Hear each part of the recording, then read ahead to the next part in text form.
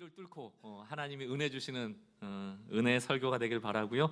오늘 하나님의 말씀 사도행전 17장 16절과 18절까지의 말씀을 저희 한번 보도록 하겠습니다. 사도행전 17장 16절로 18절까지 우리 한 절씩 교독하고 18절 함께 읽겠습니다. 16절 제가 읽겠습니다.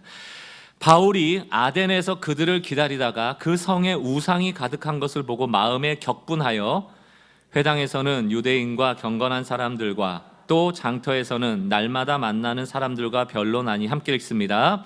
어떤 에피쿠로스와 스토아 철학자들도 바울과 쟁론할세 어떤 사람들은 이르되 이 말쟁이가 무슨 말을 하고자 하느냐 하고 어떤 사람은 이르되 이방신들을 전하는 사람인가 보다 하니 이는 바울이 예수와 부활을 전하기 때문이러라. 아멘.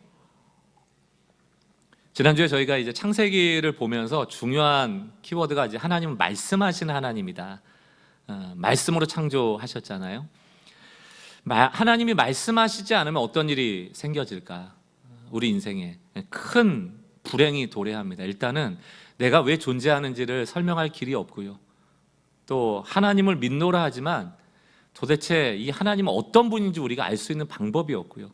또 오늘을 살아가면서 하나님이 나를 인도하신다고 하는데 그 하나님은 도대체 어떻게 나를 인도하시는구나에 대해서 예측할 수도 없고요. 우리 인생의 마지막에 종말이 있다라고 하는데 그 종말은 어떤 것인지에 대해서도 설명할 수 없게 됩니다. 성경은 우리가 하나님을 찾아갈 수 없고 하나님이 우리를 찾아오셨다라는 것을 알려주는 거예요. 어떻게 찾아오실까요? 말씀하심으로 찾아오시는 것이죠. 그래서 이 성경책을 뭐라고 얘기하냐면 계시의 책이다 이렇게 얘기하면 계시. 이 계시라는 영어는 드러내다라는 뜻이거든요. 그래서 하나님이 우리에게 그 자신을 드러내셨다 이게 계시입니다. 그냥 뭐 어디 미래를 예측하고 뭐 종말론의 계시 이런 것도 계시의 일부지만 성경 전체가 계시예요. 하나님이 우리에게 말씀하신 것입니다. 또 꼭 성경책이라는 것을 통해서만 계시하는 게 아니고 우리는 일반 자연 법칙을 통해서도 계시하죠. 그래서 두 가지 계시가 있어요. 두 가지 은혜라고도 부르는데 일반 계시가 있고요. 그것은 자연을 통해서 오는 겁니다. 예를 들어서 우리가 비 없으면 살 수 없잖아요. 근데 악인이나 선한 사람이나 모두에게 비를 하나님 주시잖아요. 그건 일반 계시, 일반 은총이라고 부르고요. 그러나 성경은 구원을 위하여서 하나님이 특별히 말씀하신 특별 계시, 특별 은총이라고 할 수 있는 겁니다. 이 일반 계시, 일반 은총, 특별 계시, 특별 은총을 통해서 우리가 알 수 있는 게 뭔가 하면 우리는 반드시 하나님의 은혜가 필요하고 또 하나 우리는 하나님에게 구원이 필요하다는 것을 알 수 있어요. 이 모든 일이 무엇을 통하여 일어납니까? 말씀을 통하여 일어난 것이거든요. 그렇다면 하나님이 특별 계시, 성경책을 우리 놓고 보자고요. 우리에게 계시하셨어요. 말씀하셨어요. 그러면 우리는 하나님을 다 이해하고 있는가? 우리가 성경책을 다 꿰뚫어 안다고 하면 그러면 그것이 바로 하나님을 다 아는 것과 같은 것인가? 결론적으로 얘기하면 그건 아니에요. 성경을 다 꿰뚫어 안다고 해서 특별 계시를 우리가 다 이해한다고 해서 하나님을 이해하는 것과는 다른 이야기입니다. 20세기에 뛰어난 신학자로 평가되는 칼 바르트의 얘기를 다시 한번 좀 여러분 인용해 드릴게요. 하나님에 대하여 언급하는 자는 자신이 한 인간이라는 것을 잊어서는 안 된다. 우리가 마치 하나님을 완벽하게 파악하고 있는 것과 같은 자세는 절대로 하시면 안 돼요. 그건 하나님을 존중하지 않는 것입니다. 항상 우리는 하나님에 대하여 겸손하게 한계가 있음을 말할 수 있어야 됩니다. 이런 맥락에서 믿음은 의문을 갖지 않는 것과는 달라요. 우리가 자꾸 확신에 거하라, 믿음을 확신하라라는 확신이라는 단어를 조여하다 보니까 뭔가 질문하고 의문을 가지면 그 신앙이 없다라고 생각하기가 쉽습니다. 그러나 우린 날마다 질문해야 돼요. 누구에 대해서? 하나님에 대해서. 우린 다 모르거든요. 오히려 문제는 뭡니까? 하나님에 대해서 내가 다 안다라고 마침표를 찍을 때 오히려 그것이 문제가 돼요. 왜 그런 사람들이 나올까요? 내가 성경 100독했다는 거예요. 내가 성경을 10독했다는 거예요. 그래서 난 하나님을 다 안다는 거예요. 그리고 마침표를 찍어버려요. 근데 성경은 뭐라고 말하고 있습니까? 하나님은 날마다 새롭다라면서요. 그 새로우신 하나님을 오늘도 내가 새로운 마음으로 발견하고자 하는 것이 우리 일평생의 신앙의 목적이 될 수가 있겠죠. 하나님은 오늘까지 내가 알고 있는 하나님을 날마다 뛰어넘으실 수 있는 하나님이시죠. 그러므로 우리의 마음에는 하나님, 저는 날마다 주님을 알고 싶어요. 더 알고 싶어요. 더 알고 싶습니다. 이 갈망함이 늘 있어야 되는 줄 압니다. 그럼 신학이 뭔가? 신학, 그게 바로 그거예요. 하나님 더 알고 싶어요. 더 알고 싶어요. 그래서 신학을 이렇게 정의할 수 있습니다. 말씀하시는 하나님, 즉 우리에게 자신을 드러내시는, 계시하시는 하나님에 대해서 알아가는 것, 이건 우리 일평생 ing여야 됩니다. 진행형이어야 돼요. 마침표가 찍히면 안 돼요. 그러니 어제까지는 내가 하나님을 이렇게 생각했는데 오늘 새롭게 계시하는 하나님이 이런 하나님이라면 우리는 거기에 질문할 수 있죠. 도대체 이 하나님은 어떤 하나님입니까? 이게 신학이에요.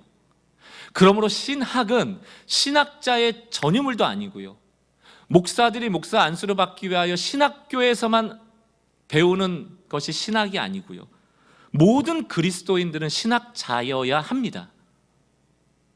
모든 그리스도인은 신학자여야 해요. 어떤 의미에서? 하나님을 알아가는 측면에서. 이 신학이라는 게요, 외국어 배우는 거랑 비슷해요. 처음에 영어 왜 배웁니까? 영미권의 문화를 배우면 좀 다른 세계를 접할 수 있잖아요. 그래서 영어를 열심히 배우는 거죠. 그럼 이전에 몰랐던 낱말들의 뜻을 알게 되고, 예전에 몰랐던 문화를 알게 되고, 사회를 알게 되고, 그 세계 속으로 들어갈 수 있듯이 신학을 한다는 것은 하나님의 언어를 공부하는 거예요. 그 말씀하시는 하나님을 배우는 겁니다. 다른 언어거든요. 근데 우리는 반대로 우리의 언어로 하나님의 언어를 자꾸 해석하려다 보니까 오류가 나올 때가 많죠. 하나님의 언어를 더 연구해야 됩니다. 배워야 되는 거예요. 우리가 습득해야 되는 거예요. 그래서 C.S. 루이스라는 신학자는 나쁜 신학에 대해서 정의를 해줬거든요. 나쁜 신학.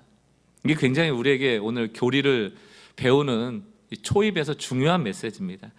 여러분이 신학에 귀를 기울이지 않는다는 것은 하나님에 대해 아무런 개념도 가지고 있지 않다는 뜻이 아닙니다. 다시 말하면 여러분이 아무것도 모르기 때문에 신학 공부를 해야 된다는 뜻이 아니에요. 오히려 잘못된 개념, 여러 가지가 뒤섞인 해롭고 낡은 개념을 너무 많이 갖고 있다는 뜻입니다. 나쁜 신학이 뭐예요? 신학이 없다는 뜻이 아니고 잘못된 신학을 너무 많이 갖고 있다는 거예요. 그런 맥락에서 잘못된 하나님을 믿고 있는 신학은 무신론보다 더 무서운 거예요. 차라리 무신론이 나요. 이게 얼마나 무서운지 몰라요.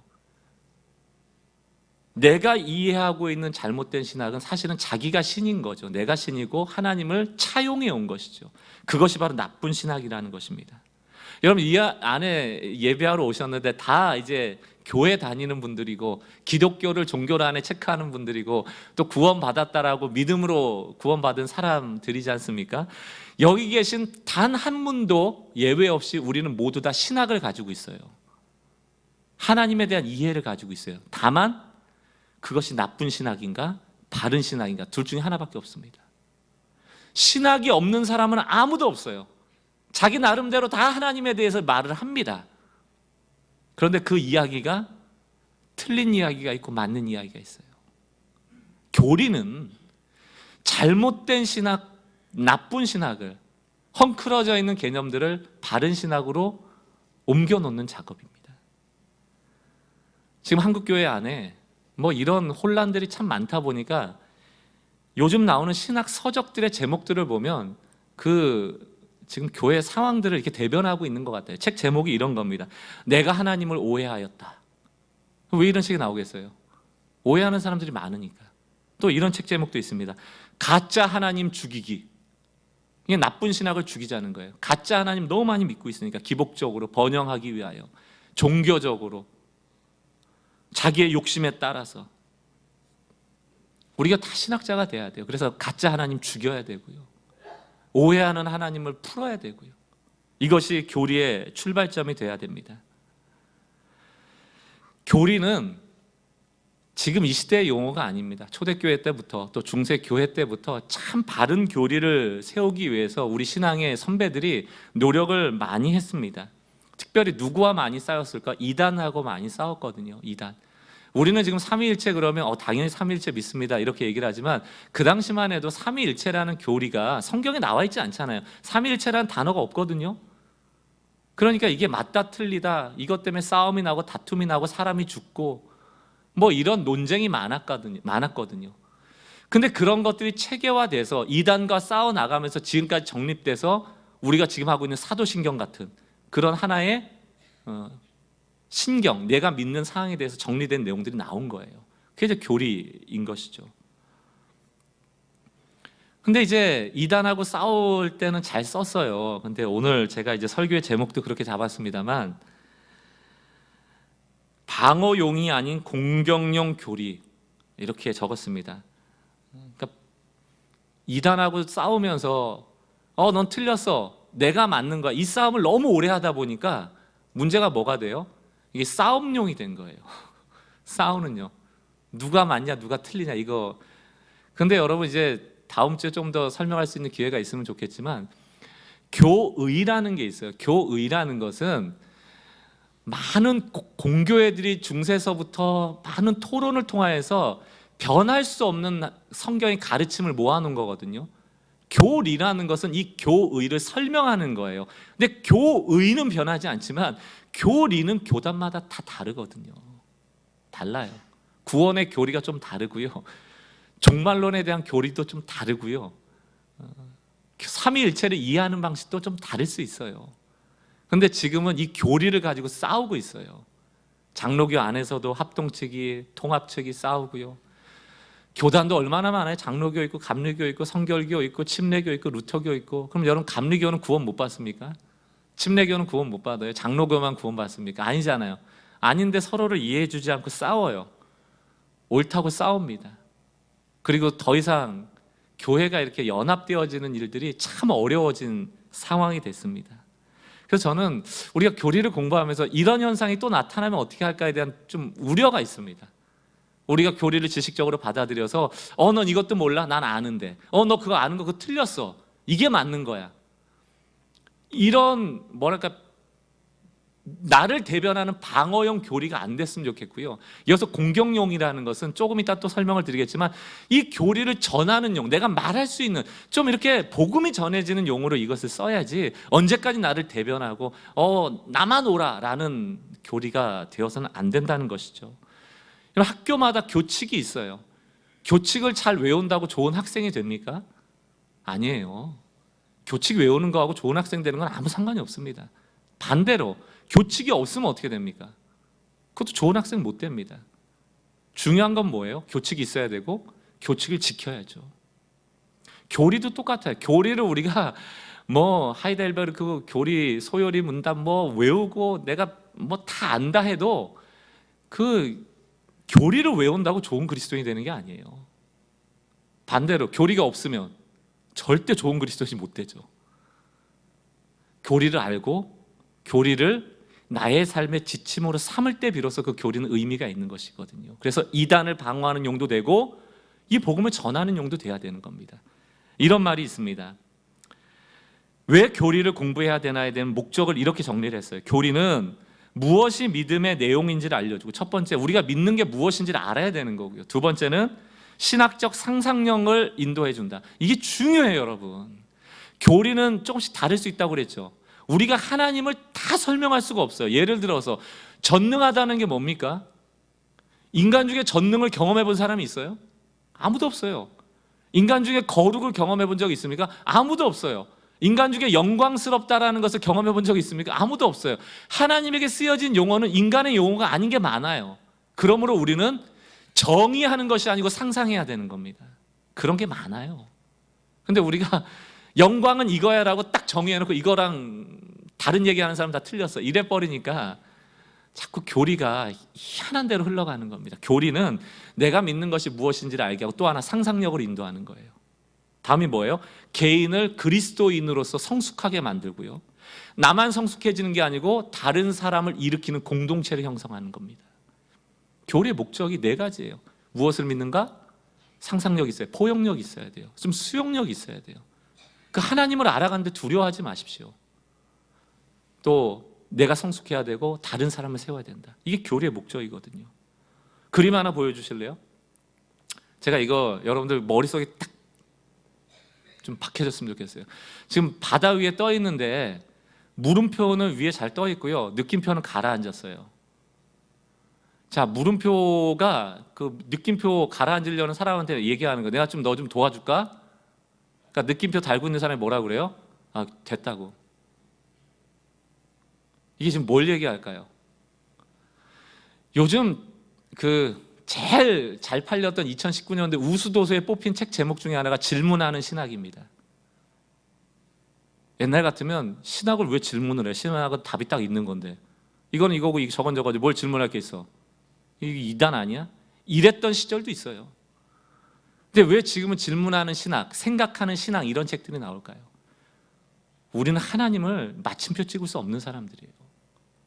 늘 질문하고 하나님 도대체 어떤 분이세요? 평생 이끌어가야 되거든요. 그런데 느낌표 하나 딱 달고 교리 하나 딱 달고 지금 여러분 보시기 왼쪽 편처럼 바다에서 허우적대는 사람이 될 가능성이 커진다는 거예요. 저는 우리가 질문할 수 있는 신학자들 되시길 바랍니다.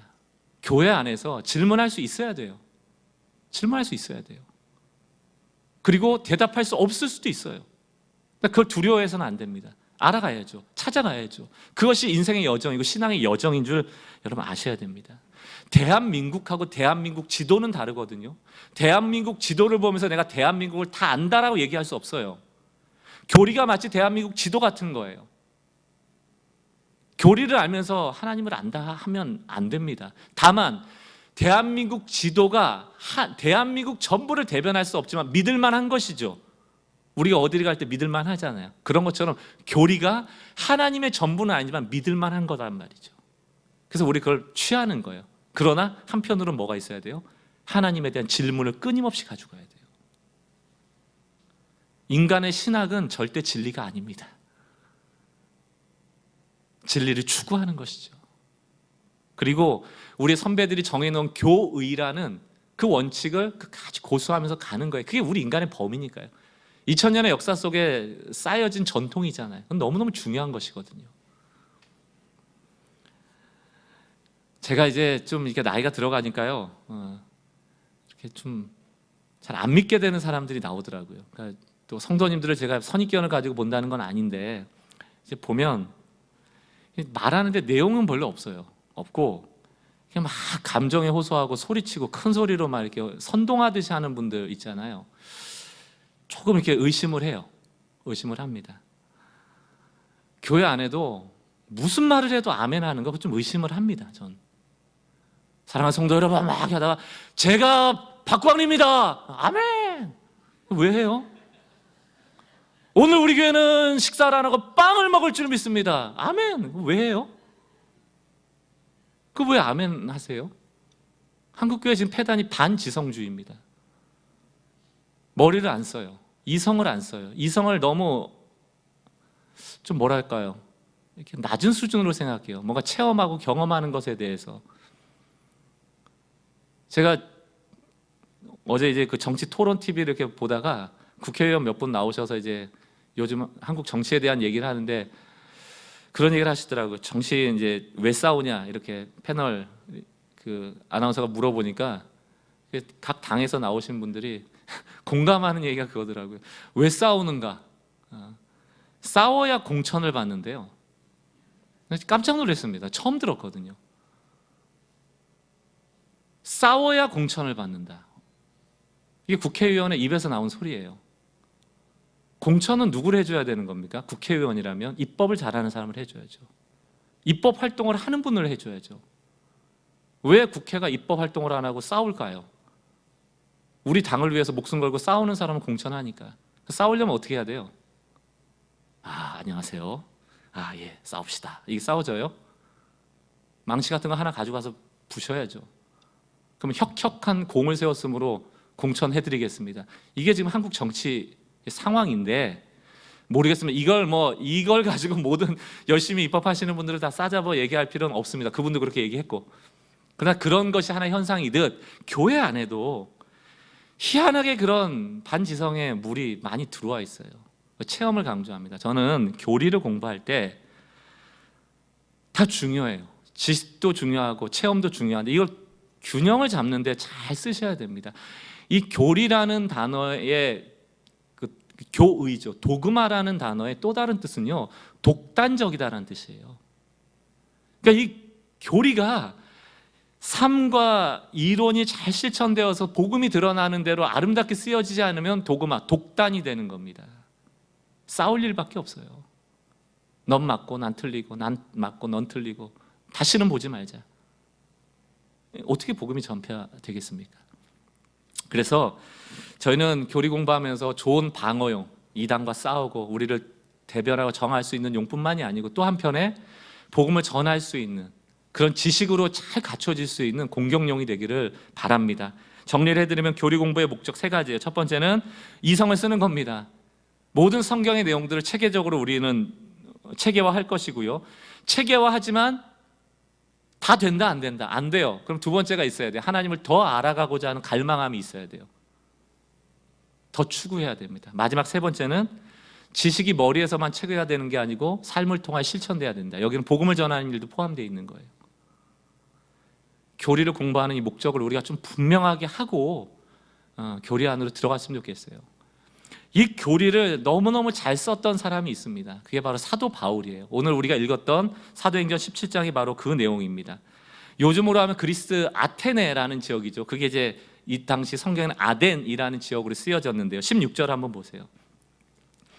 바울이 아덴에서 그들을 기다리다가 그 성에 우상이 가득한 것을 보고 마음에 격분하여. 그리스 아덴 지역, 이 당시에 우상 뭐 많죠. 신들도 잡신들이 많았고요.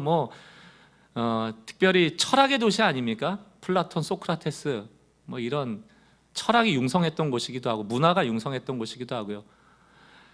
그런 곳에 우상이 얼마나 많았겠어요. 그랬더니만 그것을 보고 마음에 격분했다라고 합니다. 우리는 분노하면 어떻게 반응이 나와요? 저 사람이 어디 산에 가서 부처한테 절하는 거 보면 어떤 마음이 나와요? 분노하면 여보셔, 그 믿지 마, 그거 아무것도 아니고 왜 믿어? 우린 싸움부터 나와요. 자꾸 이 싸워야지 공천받듯이 우리는 막 싸워야지 하나님이 굉장히 믿음 있는 사람으로 인정해 준다는 큰 착각을 하고 있어요. 사도 바울은 그렇게는 안 해요. 사도 바울이 우상에게 분노한 것을 감정적으로 쏟아놓은 게 아니에요. 사도 바울은 우상에게 분노했지만 그 분노의 마음 안에는 저 우상에 휩싸인 사람에 대한 긍휼함이 있었어요. 우상으로 살아가는 불행한 사람들에 대한 아픔이 있었어요. 그들을 찾아갑니다. 17절.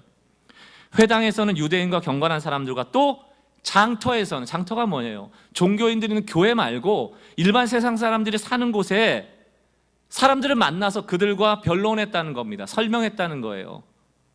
때로는 격렬하게 토론도 했겠죠.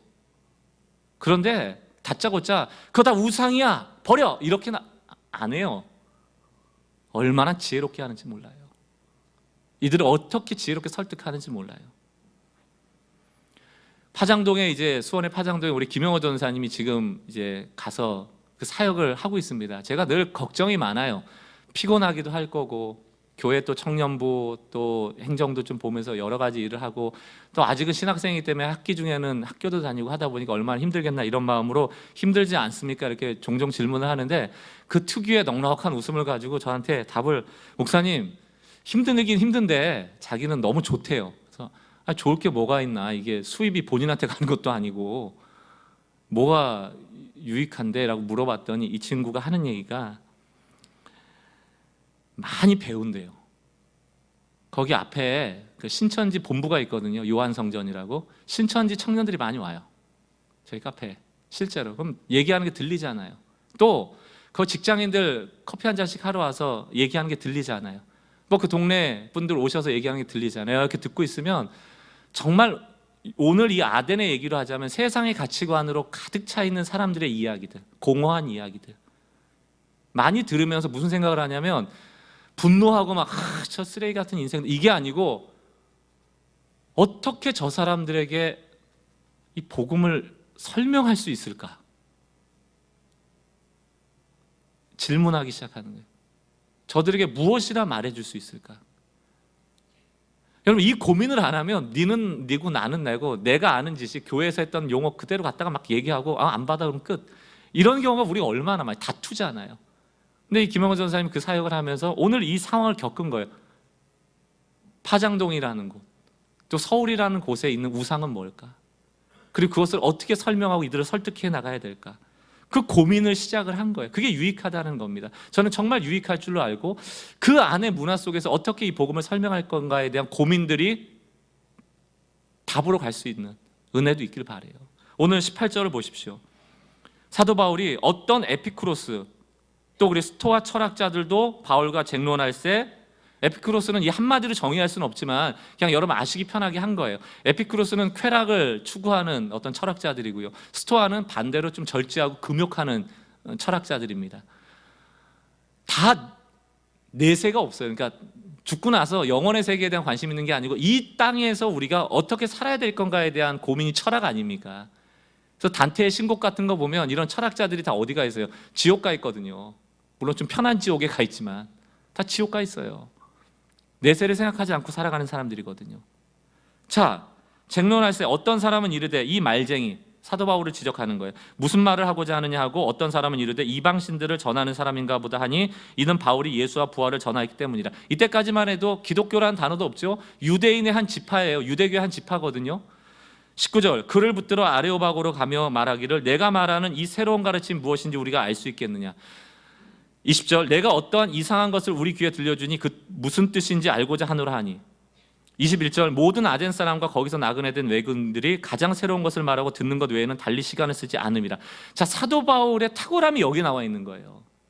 에피쿠로스나 스토아파하고 너희가 틀린 점을 지적하고 너희가 잘못된 걸 지적하고 천국과 부활을 그냥 얘기하는 게 아니에요. 내가 맞는 거니까 그냥 들으라고 하는 게 아니에요. 이 사람들의 정확한 성향을 파악하는 거예요. 철학자들은 무슨 얘기만 듣는다? 시답지 않은 얘기는 안 들어요. 새로운 것, 자기들이 배울 수 있는 것, 자기보다 수준의 높은 것들을 배우기를 원하죠. 그럼 사도 바울이 증명해내야 되는 건 뭐예요? 내가 전하고자 하는 복음이 새로운 것이고 너희 거보다 뛰어나다는 것을 증명해내는 거예요. 철학적으로 접근을 하는 거예요. 이해가 되세요? 이게 너무너무 중요합니다. 우리는 우상을 볼 때 그냥 절에 가면 부처를 봐요. 부처상, 그걸 우상이라고 생각을 해요. 유교를 보면서는 그냥 공자, 저게 우상이라고 생각하고 어디 이슬람을 가면 알라, 그게 우상이라고 생각을 해요. 그럼 그거랑 어떻게 싸워요? 부처랑 어떻게 싸우세요, 여러분들? 그냥 절에 가가지고 예수의 이름으로 저 모가지가 떨어질지어다, 아멘, 이렇게 싸우십니까? 한심한 일이에요. 부처랑 싸워 뭐합니까? 부처는 관심이 없어요, 우리랑. 왜? 생명력 없으니까, 돌덩이니까, 금박지니까, 아무것도 아닌 거예요. 우리가 진짜 우상을 통해서 봐야 되는 것은 그 부처 앞에서 절하고 있는 저 사람들 마음속에 무슨 우상이 있는가를 봐야 되는 거예요. 왜 저들이 절하고 있을까? 왜 이 철학자들이 철학을 하고 있을까? 이들은 도대체 무엇을 찾고 있을까? 우상은 우리 안에 있단 말이에요. 칼빈이 얘기한 것처럼 우리의 마음은 우상을 만들어내는 공장이다. 애꿎은 부처 탓을 할 게 아니에요. 그 절하는 사람 안에 욕망이 있거든요. 그게 우상이거든요. 우린 자꾸 그걸 피해가요. 모든 잘못을 부처한테 던져버려요. 사도 바울은 이 철학의 도시에서 무엇이 이들을 사로잡고 있는가를 분명히 아는 거예요. 제가 예전에 청년 시절에 저희 교회 그 목사님 아들이 돈을 훔치다 저한테 걸렸어요. 청년들이 많으니까 이제 인마이 포켓을 한 거죠. 그래서 이제 그 목사님께 포박해서 넘겨드렸죠. 그래서 엄청 맞았거든요. 얘가 초등학교 때. 그러니까 얘가 이제 맞다가 너무 무서우니까 막 때리면서 그랬을 거 아니에요. 너 왜 그랬어? 왜 그랬어? 왜 그랬겠어? 먹고 싶으니까 과자 사 먹으려고 사간 거지. 근데 얘가 이제 답을 생각해낸 게 참 목회자 아들답더라고요. 아, 내가 그런 게 아니라는 거예요. 사단이 시킨 거래요. 얼마나 영적입니까, 대답이? 그 듣고 보면 지금 생각해보면 그런 것도 같아요. 왜냐하면 막 먹고 싶은 생각이 들고 안 해야 된다라는 초등학생이니까 좀 윤리적 의식도 있었을 거 아니에요. 근데 자기 손이 이미 주머니에 가 있고 돈을 뺐고 맛있는 걸 먹으면서 쾌락을 즐기고 있고, 그러면서 한쪽 편에는 이거 걸리면 안 되는데 죄책감이 있고, 그런 대화들이 있었을 거 아니에요, 머리에서. 그러니까 아마 그 생각을 준 게 사단이었다, 이렇게 생각을 했던 것 같아요.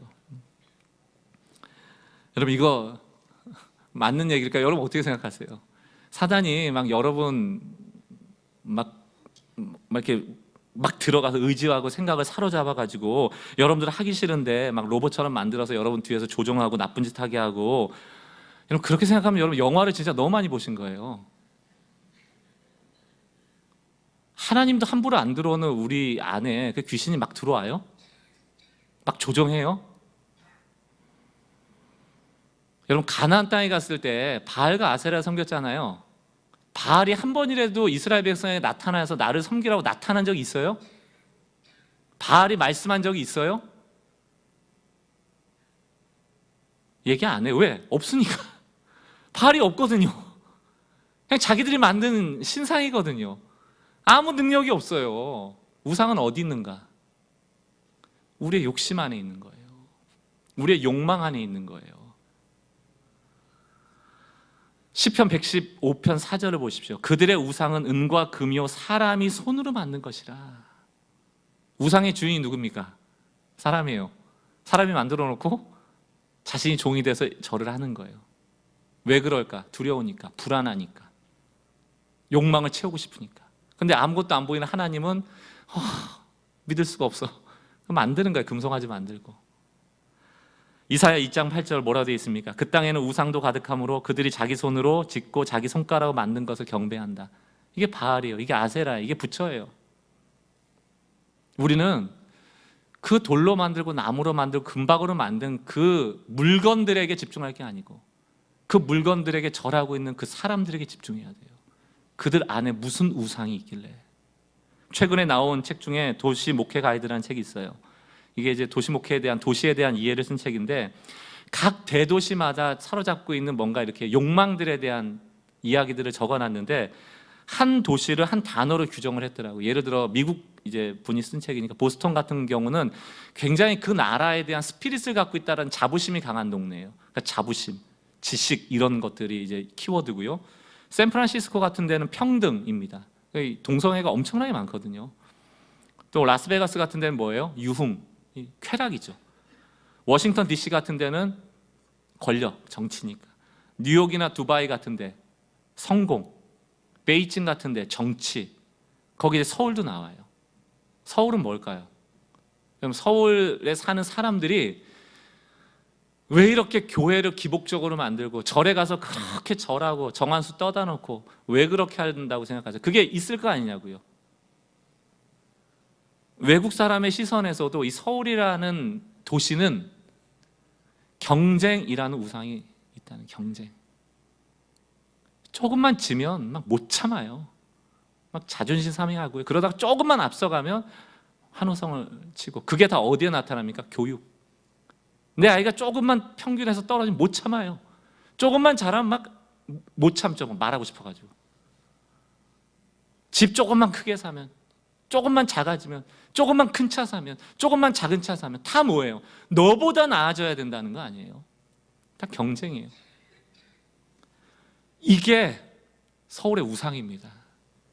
이거를 기억하고 전도해야 돼요. 이들이 왜 저렇게 살까?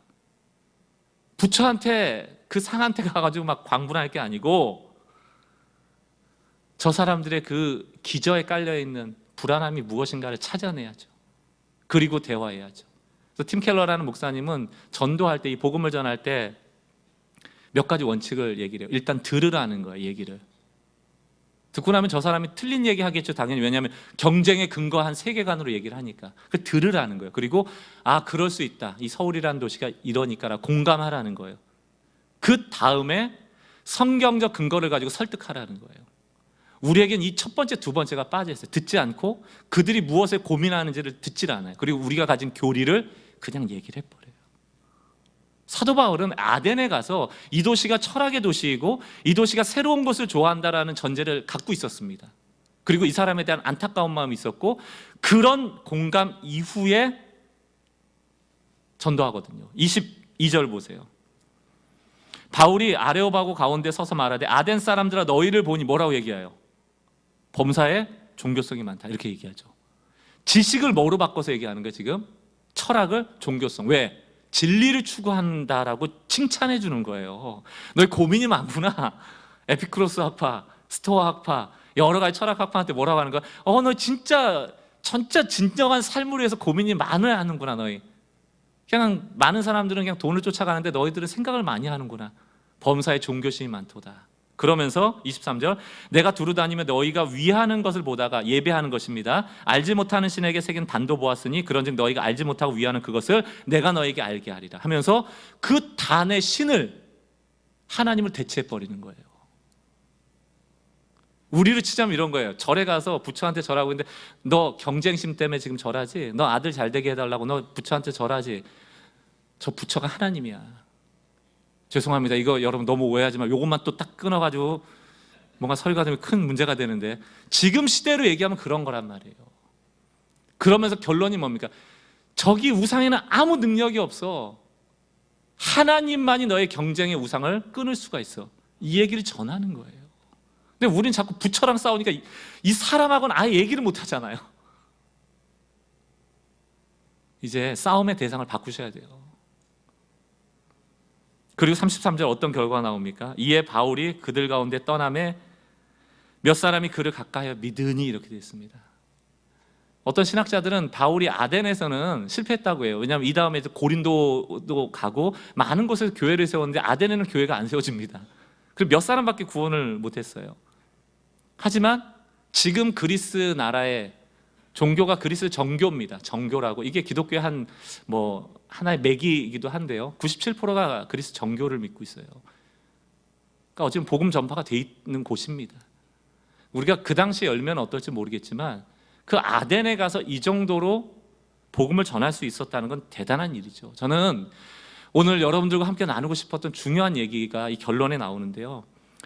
교리를 아는 것도 너무 중요해요. 그런데 우리의 마음을 정말 하나님께서 나를 통치하고 계시다는 믿음을 가지고 넓혀야 됩니다. 교리를 좀 넓게 보고 하나님에 대해서 질문하고 더 크신 하나님이 내 안으로 들어올 수 있도록 마음을 활짝 열어야 돼요. 몇 가지 알량한 지식 가지고 하나님을 다 안다 여기지 말고 좀 열어야 됩니다. 이 마음이 교리의 앞에 열릴 때 누구에게도 열리는 거예요? 사람에게도 열리는 거예요. 그리고 그들의 얘기를 경청하고 공감하고 근데 내가 생각하기에는 내가 아는 복음을 전해야죠. 그리고 그들을 설득해야 됩니다.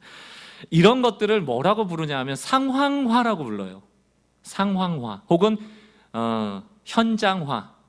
그 현장화. 근데 좀 교회 안에서 상황화라는 건 좀 부정적으로 인식이 돼 있습니다. 왜 그런가 하면 상황에 따라서 자꾸 우리가 순종을 한다는 거예요. 예를 들어서 이럴 때는 이렇게 순종하고 저럴 때는 저렇게 순종하고 이럴 때는 했다가 저럴 때는 안 했다가 네 상황에 맞춰서 신앙생활하면 안 돼. 이제 이런 거 할 때 상황이라는 말을 쓰다 보니까 좀 부정적으로 쓰여요.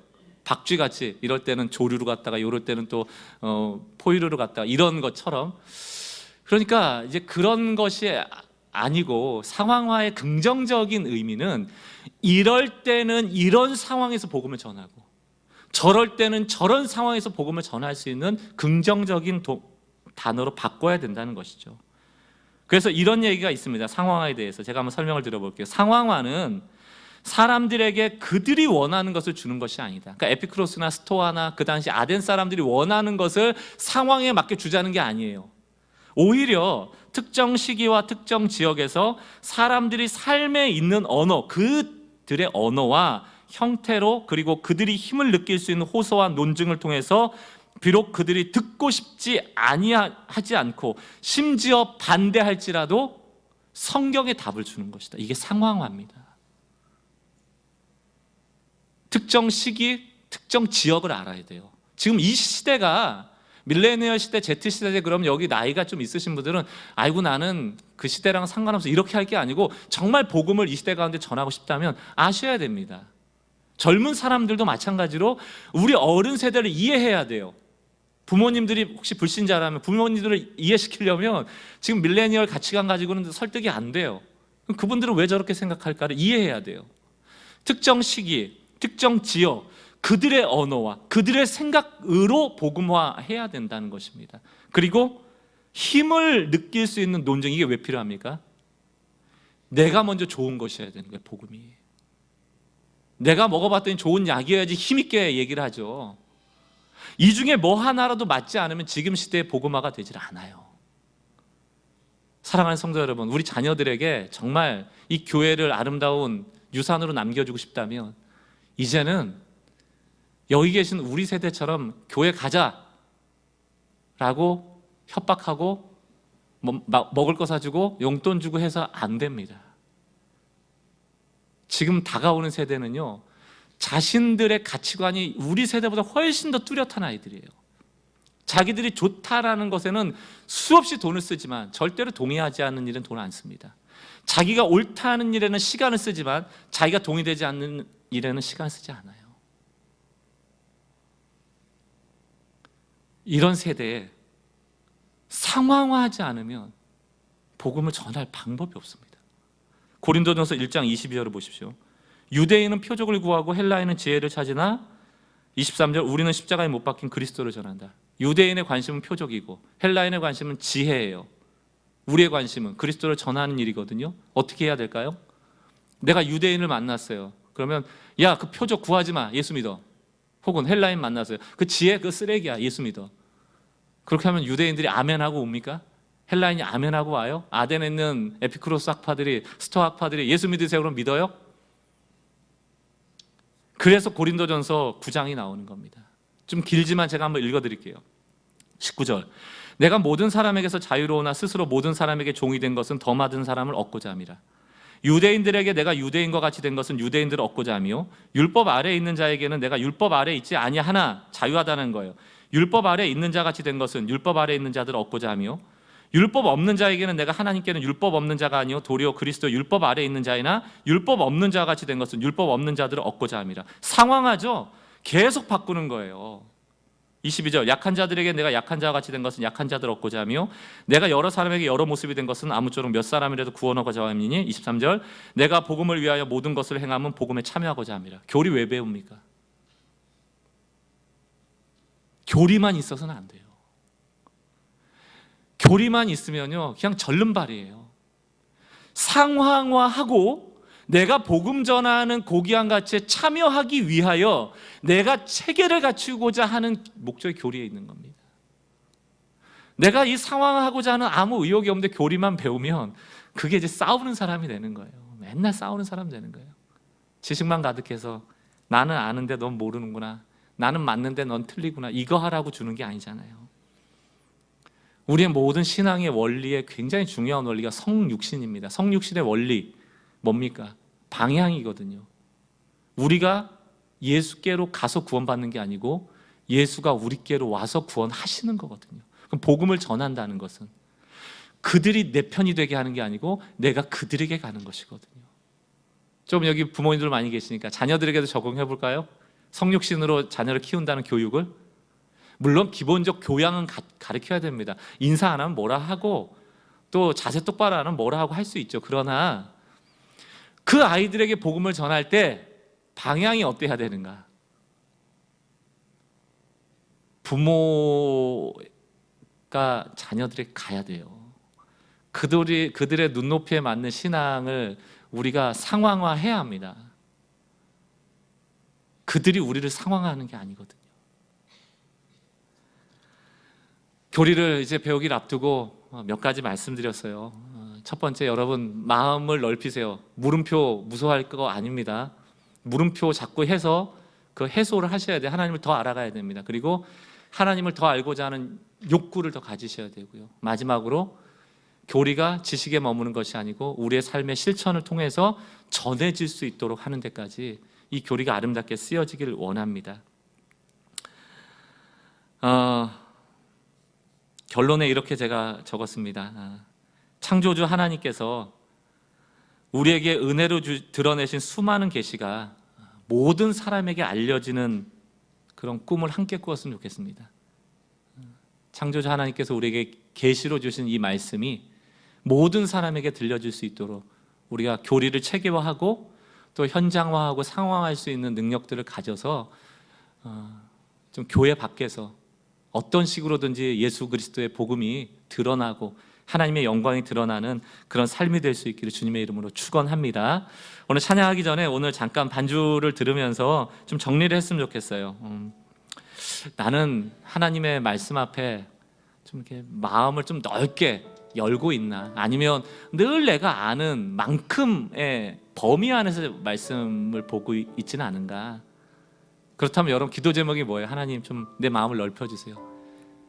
제가 하도 이단하고 싸우다 보니까 혹시 틀릴까 봐 너무 겁내하는데 좀 열어달라고 좀 기도하시고요. 또 두 번째, 나는 하나님을 더 알고 싶어하는 욕구가 있나? 이런 것도 한번 살펴보세요. 그리고 세 번째는 내가 세상을 이해하고 있나? 그냥 교회 생활에 너무 아둥바둥 이렇게 하다가 세상 돌아가는데 너무 모르고 그냥 나만 구원받았다는데 만족하고 있지는 않나? 이런 것도 한번 고민해 보시고요.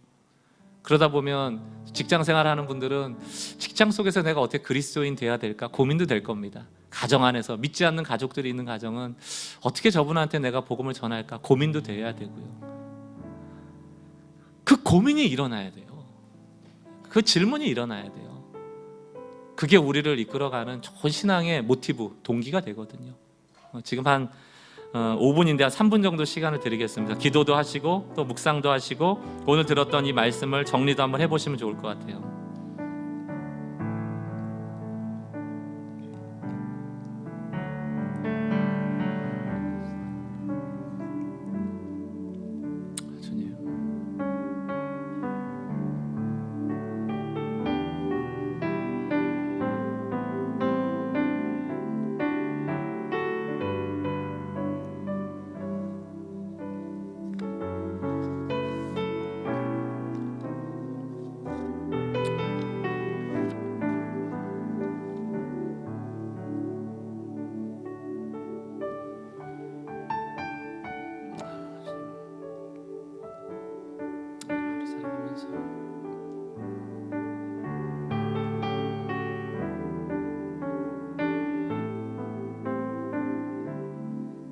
우리가 살아가면서 이해할 수 있는 마음을 주십시오. 우리 사람을 더 바라볼 수 있는 마음을 주십시오. 우리가 먼저 확신에 거하는 일이 있도록 해 주십시오.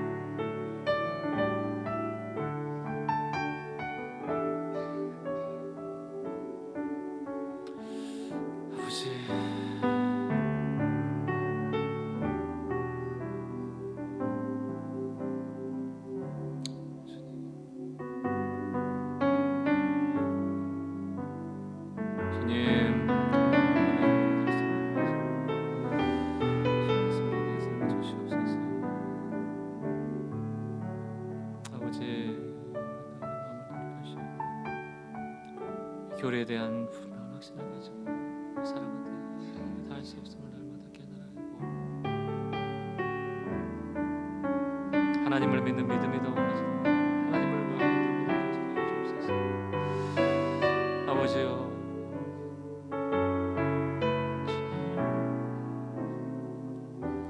기도하실 분들은 계속 기도하셔도 좋습니다. 우리 진리를 찬양합니다. 하나님의 사랑, 하나님 사랑 변치 않는다.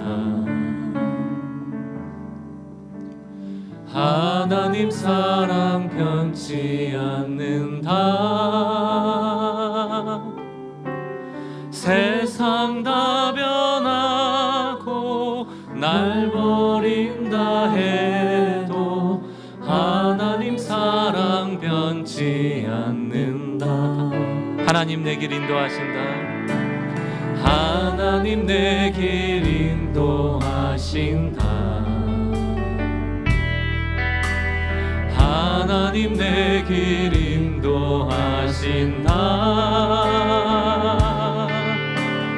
나의 가는 길 다 주님께 있으니 하나님 내 길 인도하신다.